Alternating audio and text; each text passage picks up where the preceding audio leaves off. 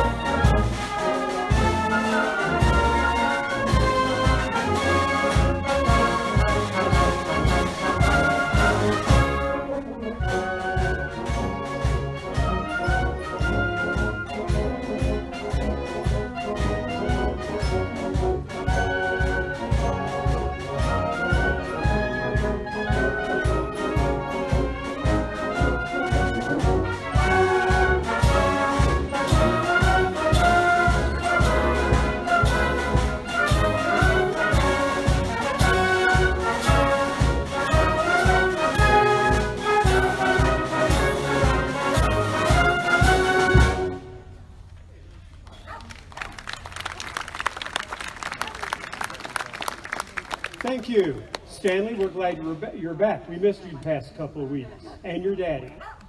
Okay, that was a Sousa March I doubt any of you have ever heard before because it's just recently been released by the United States Marine Band. This is from a song that Sousa wrote way back in 1890 called Nail the Flag to the Mast, with the lyrics being a poem by William Russell Frisbee. Sousa deleted the words, modified the melody and the rhythm, added a key change, and shortened it. Well, he's Sousa. He did whatever he wants. The result was a march for piano called Columbia's Pride, which he never arranged for band or orchestra. This was finally arranged for the United States Marine Band by a Marine Band musician by the name of Mr. Gay Corey. And that's where this one came from the year 1914.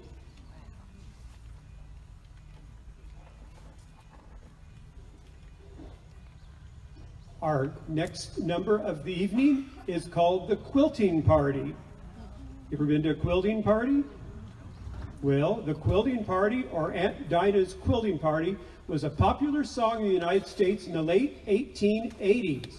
Sousa capitalized on its popularity by using it as the trio of this march. The first section includes a musical quote of When a Wooer Goes a-Wooing from Gilbert and Sullivan's Yeoman of the Guard.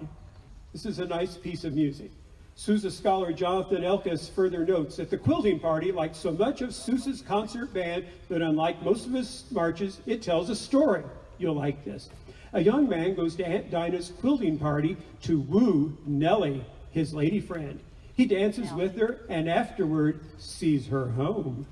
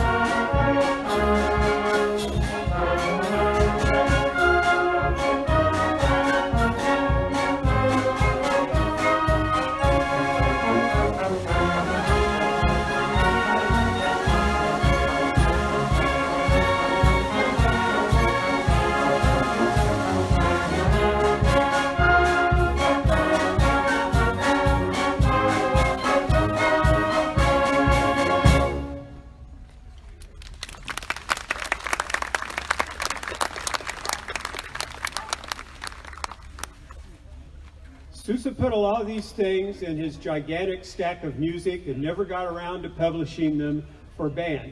But the things you're about to hear are from his most popular operetta. He wrote operettas just like Gilbert and Sullivan. He wanted to get in on the money.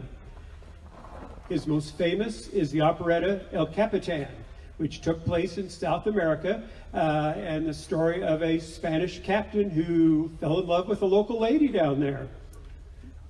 He was trying to woo her too, right? Yeah. All right.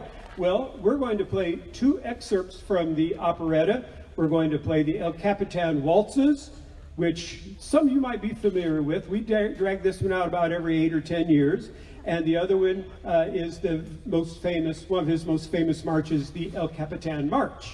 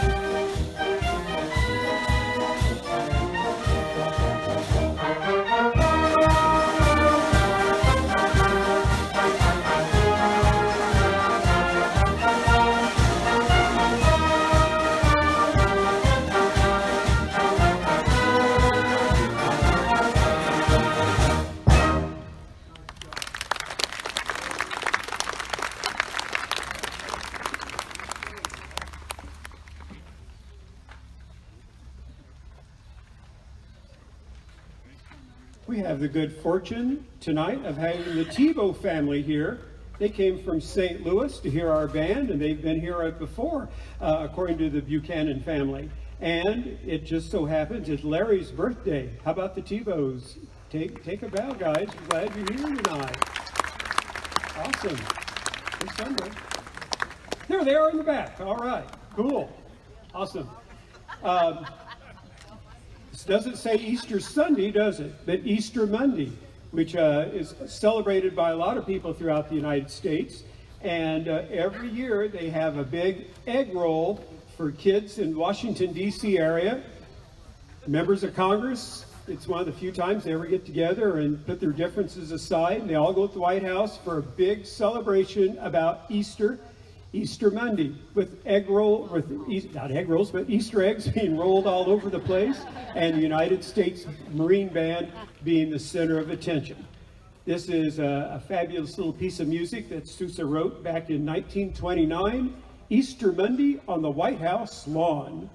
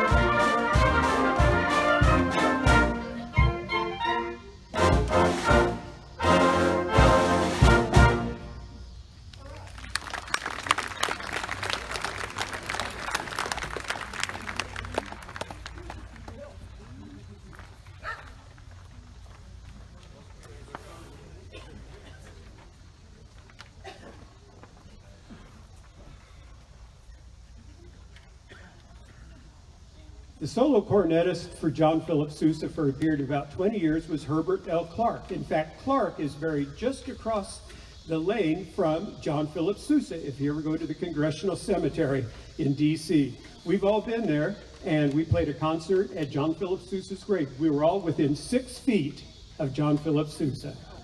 Think about it. We were also within 6 feet of Elvis when we went to Memphis. Yeah, we played for dead people. All right. Carnival of Venice is an original composition by Herbert L. Clark, and it was oftentimes used by Sousa's trombonists and his euphonium players through the years. Our euphonium player tonight, John Huber, who's a teacher in the Parke County school system, is going to play this solo. And this is a lovely work, the Carnival of Venice, with all kinds of airs and variations. Maybe you played this in your very first piano book. This one's a little tougher.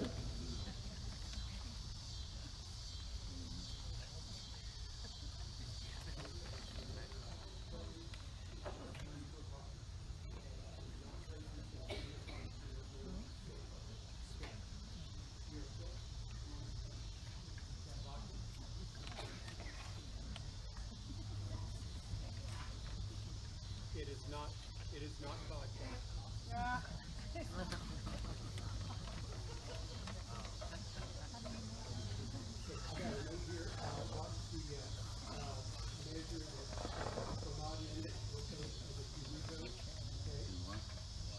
Watch the measure direction in 6. You need to hurry up. Keep your eyes.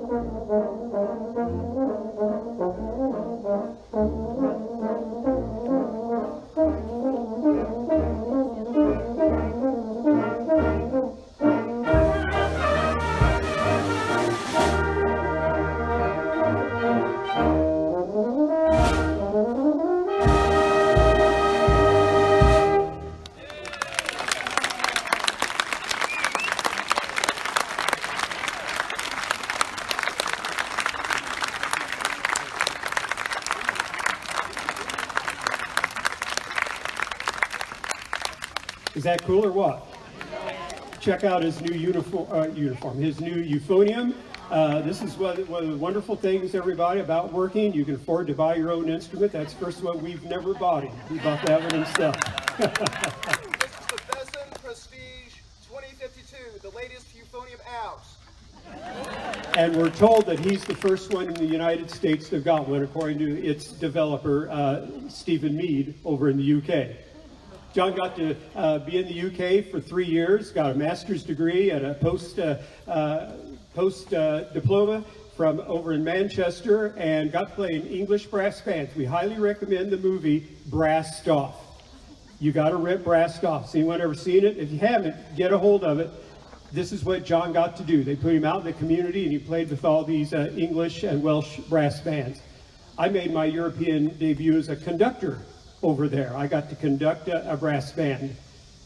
They always call me Yank when I'm over there. I never figured out why. John did get to meet Prince Charles one time. You don't shake hands. You don't just go up to him. He has to approach you. And he actually extended his hand and said, "I am Charles." And John said, "I'm John Huber." And asked him, "What instrument you play, Mr. Huber?" et cetera, et cetera, et cetera. And Prince looked at him real strange and said, "Why, you're an American." Yeah, that was something. Okay, thank you, John. Way to go, kid.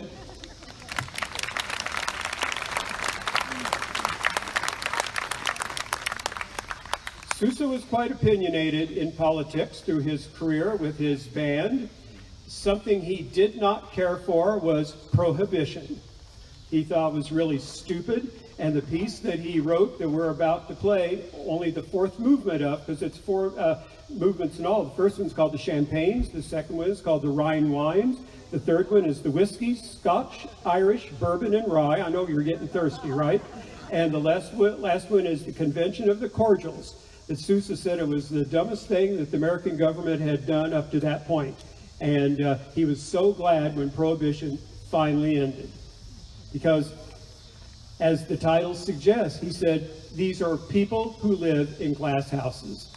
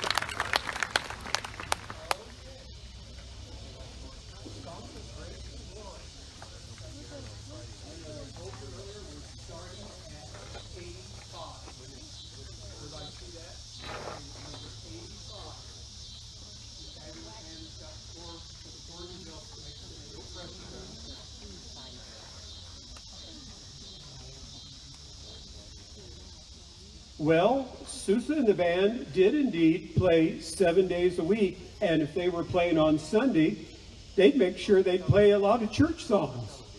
Sousa wrote the piece we're about to play in about the year,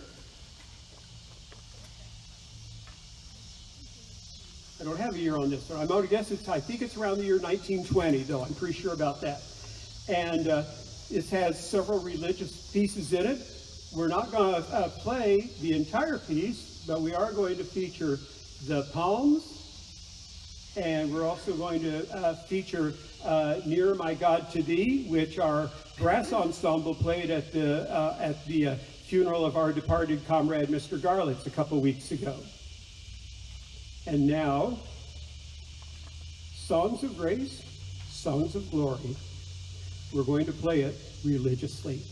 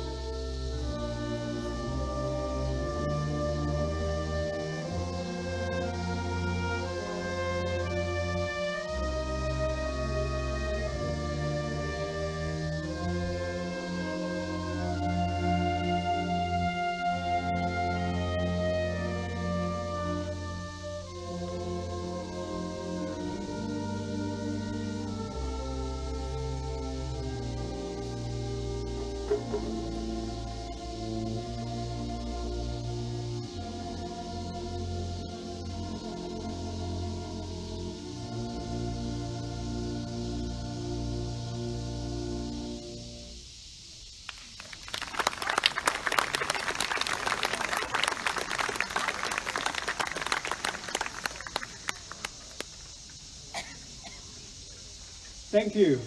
Our next Sousa piece, again, one that you probably seldom, if ever, heard anywhere, is the USAAC March. Some people might think that's United States Army Air Corps. No. This one he wrote in 1918 for the United States Army Ambulance Corps. Who's the famous author who was an Army ambulance driver in World War I?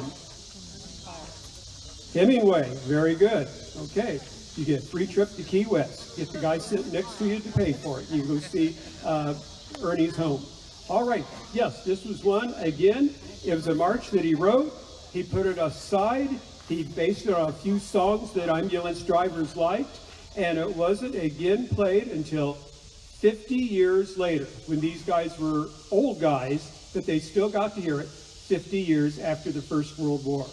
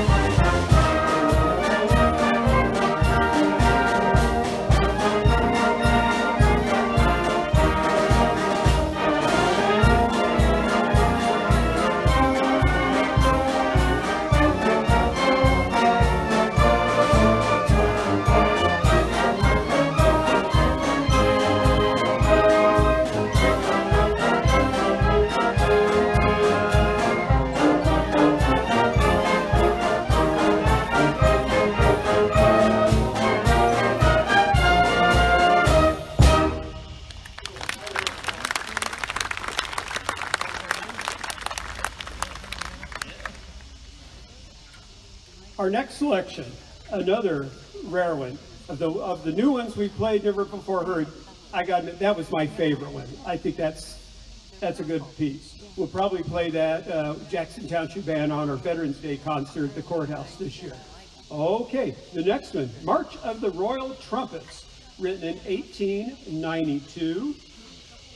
Get this, 6 Egyptian trumpets, nearly 5 feet long, were used by the Sousa Band in featuring this composition on the first tour back in 1892. There is no record of the piece being performed by the band after that season. However, in 1904, Sousa appropriated some of the themes for Her Majesty the Queen.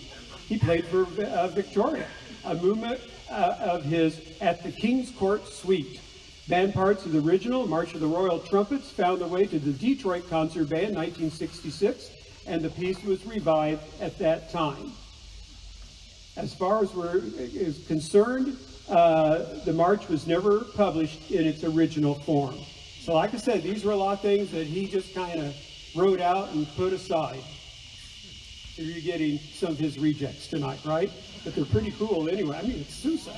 You know that Sousa played in Brazil October 2nd, 1912. Played at what was called the Sour Wine Theater, where the old Cooper Theater is now. And we've got proof, John found proof through research of the Sousa press books. And the Sousa Society sent us a plaque, which the Jackson Township and the Brazil Concert Band, we paid for it, and we've got it on display at the Clay County Historical Museum. Go in and check it out sometime. Yeah, cool thing. Right here in Braysville.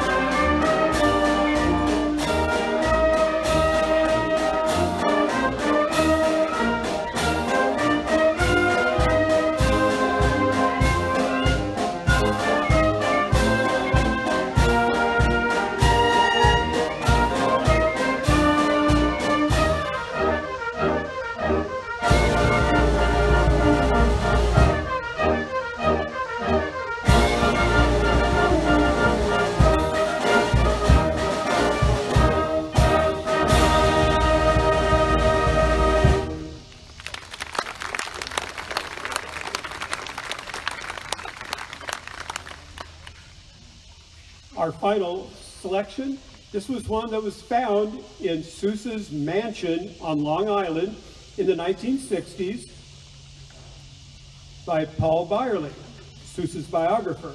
There was a stack of music this tall, literally, Sousa never used. The Marine Band, Dr. Byerly. In fact, Dr. Byerly's been in our audience before, and so has Keith Bryan. Anyway, put together this march, and Sousa didn't have a title for it. And they never came up with a title. Who do you write this for? So it's simply the Untitled March. It's a good one.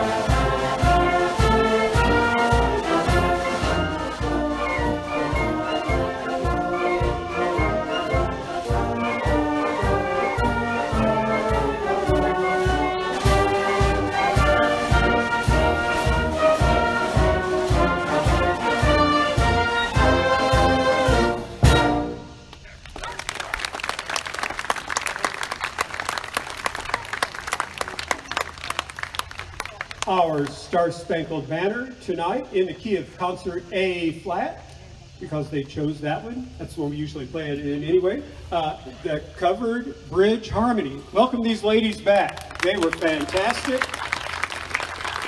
I know Kathy Dory. We used to teach together. I do, Kathy. Awesome. She's much younger than me, by the way.